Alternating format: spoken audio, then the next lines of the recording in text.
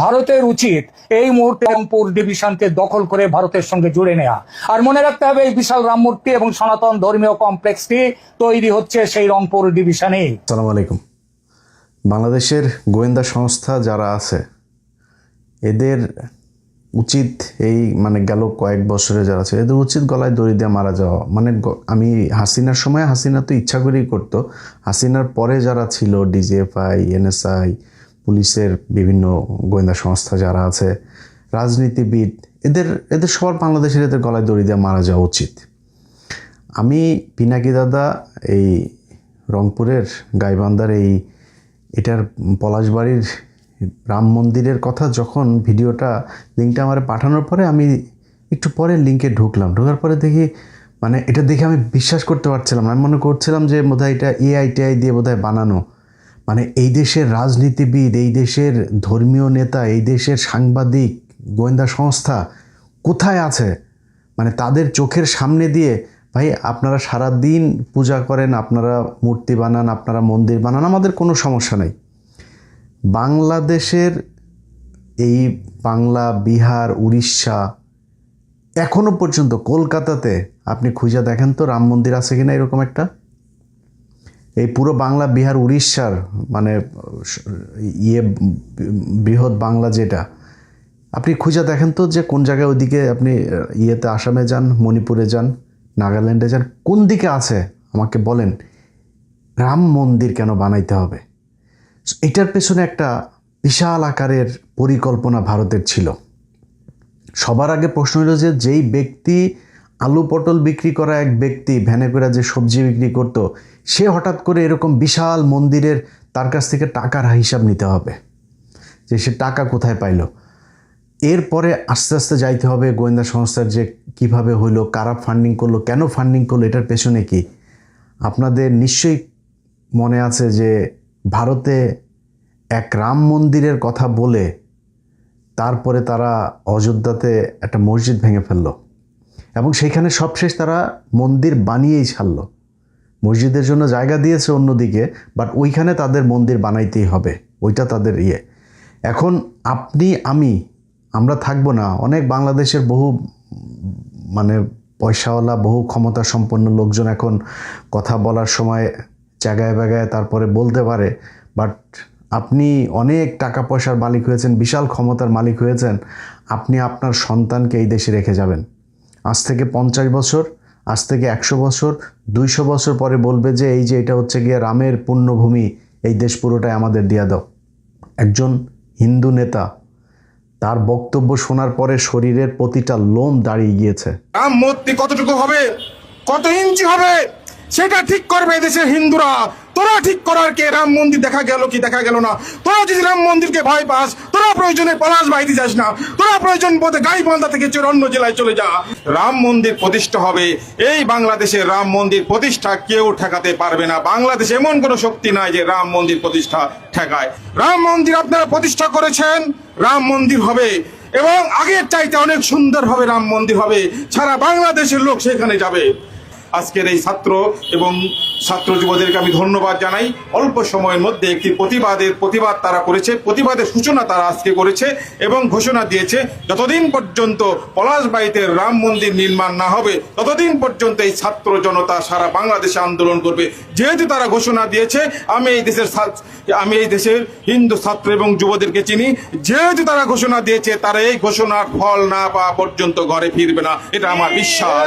চিন্তা করেন, বাংলাদেশে বসা বাংলাদেশের 92% মানুষকে বলে এই দেশ থেকে তাদেরকে চলে যেতে হবে তাদের রাম মন্দির বানানোর জন্য। এই গেল কয়েকদিনে, এই এক সপ্তাহের ভেতরে কয়েকটা মিছিল তারা বের করেছে। সেই মিছিলগুলোর ভেতরে তাদের যেই দেশীয় অস্ত্রপাতি, কোমরে আরও ভেতরে, প্যান্টের ভেতরে কী ছিল সেটা তো জানি না, উপরে যা তারা দেখিয়েছে ত্রিশূল মিশুল এগুলো দিয়ে, তারপরে যেইভাবে রাস্তায় তারা অস্ত্রের ঝনঝনানি দেখিয়েছে, বিশ্বাস করতে কঠিন হচ্ছে এখনও তারেক রহমান ক্ষমতায় না শেখ হাসিনা ক্ষমতায়। যদি নাকি মনে করেন ভারতীয় দালালদেরকে এইভাবে সুযোগ দিবেন, আমরা কিন্তু বিএনপির ব্যাপারে আমি তো একদম নিশ্চুপি হয়ে গিয়েছি। কারণ বিএনপির কি আমি এর আগের ভিডিওতে বলেছি যে বিএনপির ব্যাপারে আমার ব্যক্তিগতভাবে আমি পজিটিভ অনেক কিছু দেখেছি যে কাজগুলো হচ্ছে, বিশেষ করে ভারতের সাথে, তারপরে পাকিস্তান, চীন, টার্কি, ইউএসএ, এসব দেশের সাথে বিভিন্ন চুক্তি, বিভিন্ন দেশের পররাষ্ট্রমন্ত্রীরা আসা, ভারতের সাথে পুশিন নিয়ে সীমান্তে যে উত্তেজনা, এসব সব কিছু মিলায়ে আমি মনে করছি যে বিএনপি সরকার এই দেশের মানুষ যা চায় তারা তাই করতে যাচ্ছে। এই কারণে আমরা কিন্তু চুপ হয়ে আছি। কিন্তু আপনারা যদি মনে করেন যে এইভাবে তাদের আস্ফালন করতে দিবেন, তাহলে কিন্তু আমরা মনে করব অন্য কিছু। এখনও কিন্তু আপনারা মানে আমাদের পর্যবেক্ষণের ভেতরে আছেন, এখনও ফাইনাল কোনো রেজাল্ট আমরা পাইনি। অতএব আপনাদেরকে সিদ্ধান্ত নিতে হবে, এরা এইভাবে প্রকাশ্যে এই দেশের আইন না মেনে তারপরে তারা বলবে যে একটা ধরে মুসলমান ধর, তাদেরকে এই কর সেই কর, এই ধরনের প্রকাশ্যে মিছিল করেছে তারা। শোনেন মিছিলের সে ভাষাগুলো।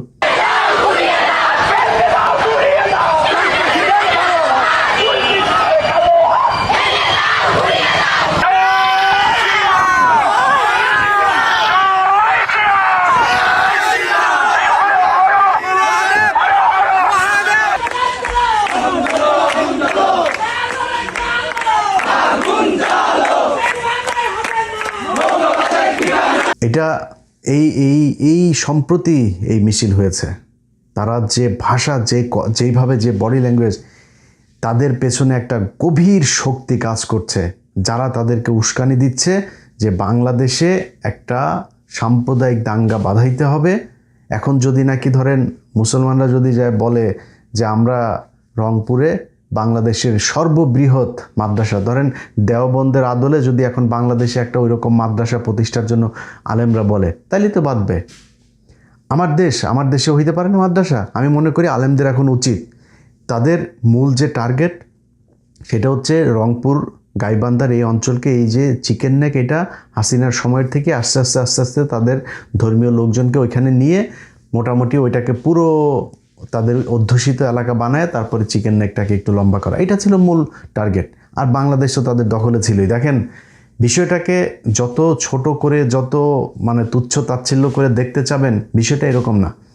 এই ভারত এর আগে ঠিক একই ঘটনা দিয়ে, একই রকম কাহিনী করে, নাটক সাজিয়ে তারা ভারতের একাধিক রাজ্য তাদের আশপাশে থেকে তারা দখল করেছে।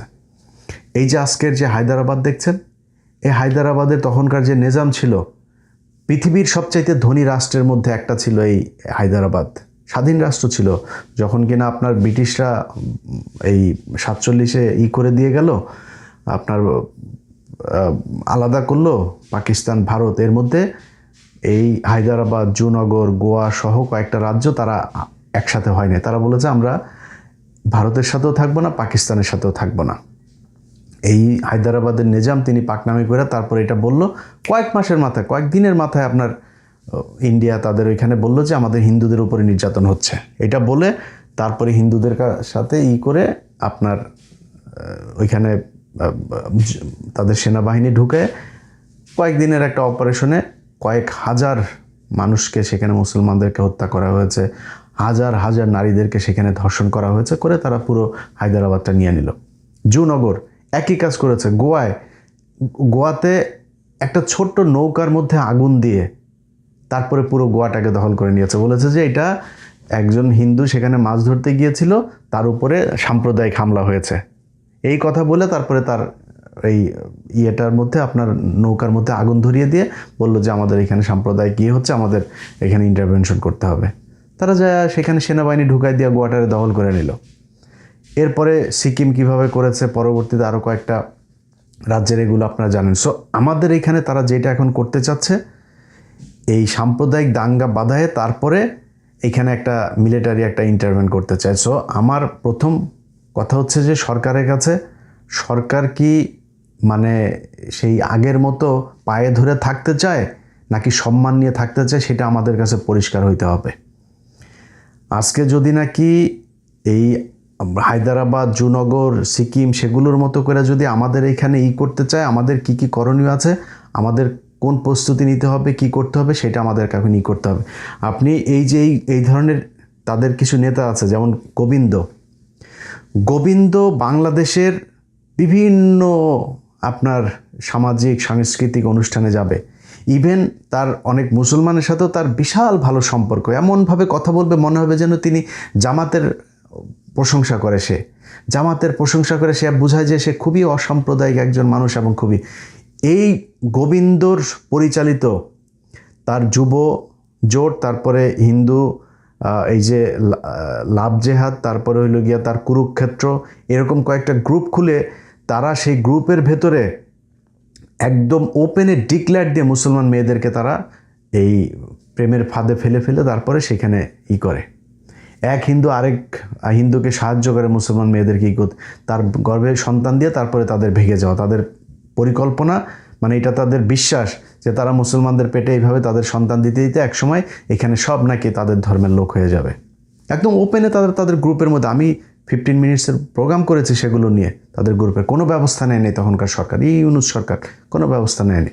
এবং এখনও পর্যন্ত আপনার এই যে গোবিন্দ, সে বাংলাদেশে যে সুন্দর করে কথা বলে না, তার আমি 2024 সালে যখন হাসিনা পালায় গেল, এই হাসিনা পালানোর 15 দিনের মাথায় সে ভারতীয় একটা চ্যানেলে গিয়েছিল, তখন বাংলাদেশের একটা চ্যানেলেও আবার সে করেছিল, সেখানে সে বলছে যে না, হিন্দুদের উপরে কোনো ধরনের নির্যাতন হচ্ছে না, আমরা সবাই অসাম্প্রদায়িক এই দেশে, এগুলো যেগুলো করা হচ্ছে সেগুলো রাজনৈতিকভাবে।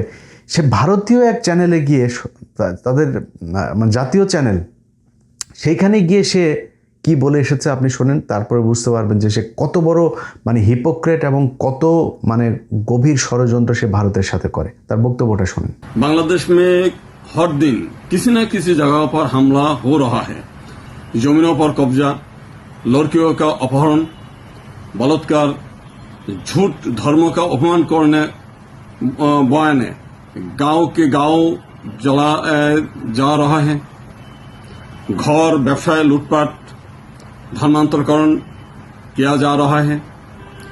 परिणाम स्वरूप हिंदू देश सरकार भाग गया है। এটা হচ্ছে এই গোবিন্দদের আসল চরিত্র। আমরা বাংলাদেশে, আমি একজন মুসলমান হিসাবে আমি কোনো ধর্মের সাথে আমি কোনো দিনও মানে কেউ কারোর ধর্ম পালন করতে বাধা দেখ, আমি কোনোটাই চাই না, মুসলমানও অন্য ধর্মের বাধা দেখ সেটাও চাই না। আমি খুবই লিবারেল একজন মানে ধর্মীয় মানুষ। সো আমি যেটা মনে করি যে এই বাংলাদেশে যেসব হিন্দুরা আছে আমরা তাদেরকে রেসপেক্ট করি, তারা ধর্ম পালন করবে আমরা সেটাতে রেসপেক্ট করি। কিন্তু গেল 15টা বছরে আপনারা একটু ক্ষমতা পাওয়ার পরে আপনাদের যে চরিত্র বাংলাদেশের মানুষ দেখেছে, সেটা বনজ কুমার থেকে সেই বিপ্লব সরকার থেকে শুরু করে এই দেবাশিস টেবাশিস সহ সবাই তাদের আসল রূপ দেখিয়ে দিয়েছে। বাংলাদেশে তারা ব্যবসা প্রতিষ্ঠান খুলেছে, তাদের সব প্রপার্টি নিয়ে জমিয়েছে ভারতে, সব কটার ভারতে বাড়ি আছে, কলকাতা, দিল্লি, বিভিন্ন জায়গায় তাদের বাড়ি আছে, সেখানে গিয়ে তারা বাড়ি করেছে, তাদের বাংলাদেশে কোনো কিছু জমায় না। এটা তাদের চরিত্র। এবং বাংলাদেশের মেয়েদেরকে ধর্ষণ করা, বাংলাদেশের মেয়ে এই মানুষকে গুম করা, খুন করা, সব কিছুর সাথে তারা জড়িত ছিল।